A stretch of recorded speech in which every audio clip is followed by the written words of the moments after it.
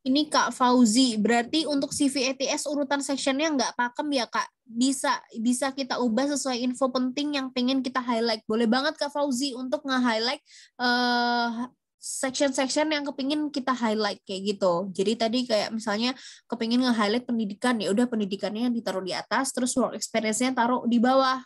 Begitu pula dengan misalnya kalian nggak pede sama pendidikan kalian, kampusnya biasa aja, atau mungkin kalian sebenarnya salah jurusan, kayak dulunya jurusannya teknik terus kepingin di bidang komunikasi, itu kan sebenarnya bisa jadi minus sebenarnya, tapi kita akalinnya dengan cara itu udah deh taruh yang bagian bawah-bawah aja, biarin HRD itu fokus sama pencapaian kerja aku kayak gitu. Gitu Kak Laksmi dan Kak Fauzi. Fauzi, iya.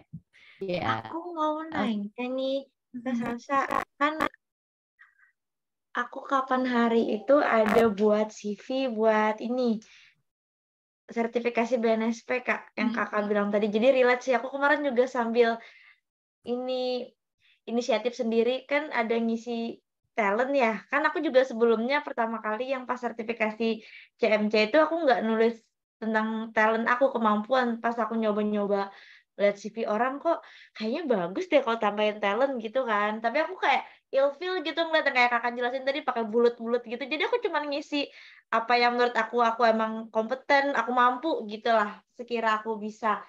Tapi aku tuh nggak ngelanjutin yang kayak Kakak cerita tadi, kayak misalnya kita pelatihan yang paling update, aku malah yang BNSP paling terakhir aku tulisnya paling bawah. Harusnya kan di atas kan ya. Dan itu yang kayak paling aku mau highlight, aku dapet banget sih tadi yang Kakak jelasin tadi.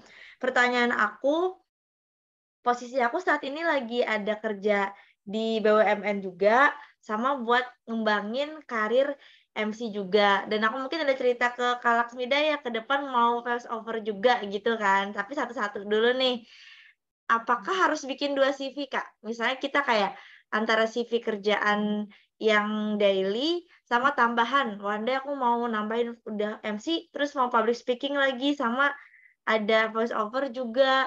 Terus mesti nggak tetap juga di MC itu tetap ditulis aku kerjanya ini, tapi nggak secara spesifik banget, nggak mesti pengalaman kerja atau pencapaian kerja tiap tahun, cuman update kerjaku posisi saat ini aja gitu loh, Kak. Ada saran atau tambahan lagi kah? Makasih Kak Salsa, makasih Kak Laksmida. Oke Kak Risni. Kalau boleh tahu Kakak kerjanya itu maksudnya di bagian apa ya Kak? Kayak bidang keuangan kah atau apa? Aku bidangnya karena di pelabuhan ya Kak, di Pelindo aku operasi bagian administrasi pelayanan kapal. Oke, berarti itu untuk skill komunikasi sebenarnya aku nggak tahu nih, belum ada gambaran kalau itu di bagian Kakak, apakah skill komunikasi ke publik itu perlu atau enggak ya? Enggak, kecuali aku di humas. Oke, I see. Nah, itu berarti Kak Risni tadi udah dapat jawabannya sendiri. Jadi Kak Risni tetap harus bikin 2 CV, yang dimana yang satunya mungkin untuk portofolio MC gitu ya. Nah, itu boleh banget bikin 2 CV, tapi mungkin juga bisa Kak untuk di CV kerjaan Kakak itu mungkin bisa ditambahin dikit aja, kayak misalnya punya pengalaman untuk MC, atau misalnya di skill bagian hard skill itu Kakak bisa, atau soft skill itu bisa Kakak tulis kayak Master of Ceremony sama moderator, tapi mungkin tidak terlalu apa ya, kayak Kakak gambarin secara luas ketika Kakak bikin CV yang untuk MC kayak gitu Kak Risni. Jadi tetap bikin 2, karena kalau aku lihat ini kayak iya, tetap kerjaan Kakak yang di Pelindo itu butuh komunikasi, tapi mungkin tidak sebanyak ketika Kakak jadi MC yang untuk skillnya yang dijual kan, kalau MC pasti adalah kemampuan public speaking kayak gitu. Gitu ya Kak Risni ya, udah menjawab.